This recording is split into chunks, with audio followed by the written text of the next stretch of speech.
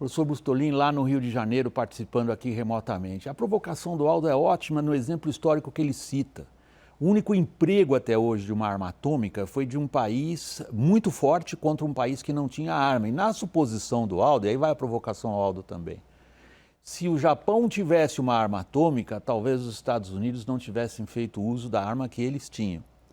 Mas diz a teoria que uma superpotência só joga a arma atômica quando ela acha que ela vai perder a guerra. Não que os Estados Unidos fossem perder a guerra para o Japão, mas era tão grande o sacrifício para invadir as ilhas japonesas que era melhor arrasar com tudo. O que Clausewitz diz a respeito? Bom, vamos entender, eu vou aproveitar para aprofundar aqui a questão da estratégia nuclear, né? Porque Clausewitz foi publicado em 1832 e a gente utiliza Clausewitz para as guerras convencionais, mas também para a guerra nuclear, pelo seguinte aspecto. A estratégia nuclear é assim, quem lança o primeiro ataque nuclear tem que conseguir destruir toda a possibilidade de resposta. Se o oponente puder revidar, os países se autodestroem. E qual é o problema disso? O problema é a tríade nuclear, né? Porque muitos dos mísseis estão em submarinos nucleares espalhados pelo mundo inteiro. Então, no primeiro ataque, você não tem como destruir todos os alvos. Eles estão tanto em mísseis intercontinentais, em solo, quanto em submarinos, quanto em aviões que têm mísseis menores e bombas dirigidas.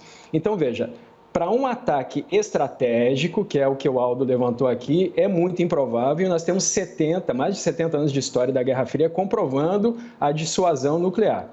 Para um ataque tático, que foi o que o Gunther levantou, que seria um ataque menor em campo de batalha, que provavelmente os russos fariam apenas em caso de uma derrota iminente, eles têm uma doutrina chamada escalar para apaziguar. Então, esse ataque tático seria de uma bomba de meio até 5 quilotons, uma bomba pequena, que seria para o mundo inteiro parar e pensar, não, calma, vocês estão usando armas nucleares, vamos parar com isso.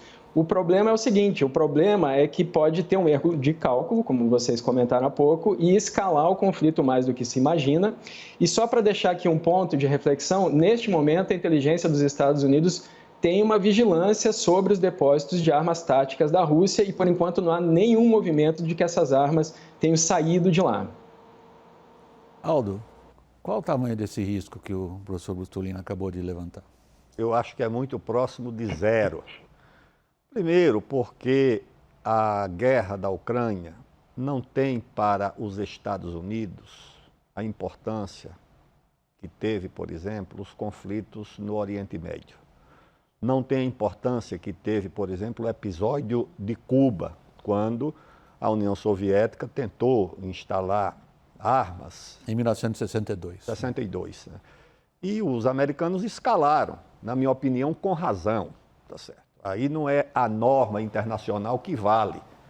Do ponto de vista do direito, Cuba poderia até escolher. Mas para a segurança de uma superpotência, talvez o direito não fosse a questão mais relevante naquele momento. Tanto que a União Soviética recuou, sabia que não podia instalar armas nucleares a 160 quilômetros do território norte-americano.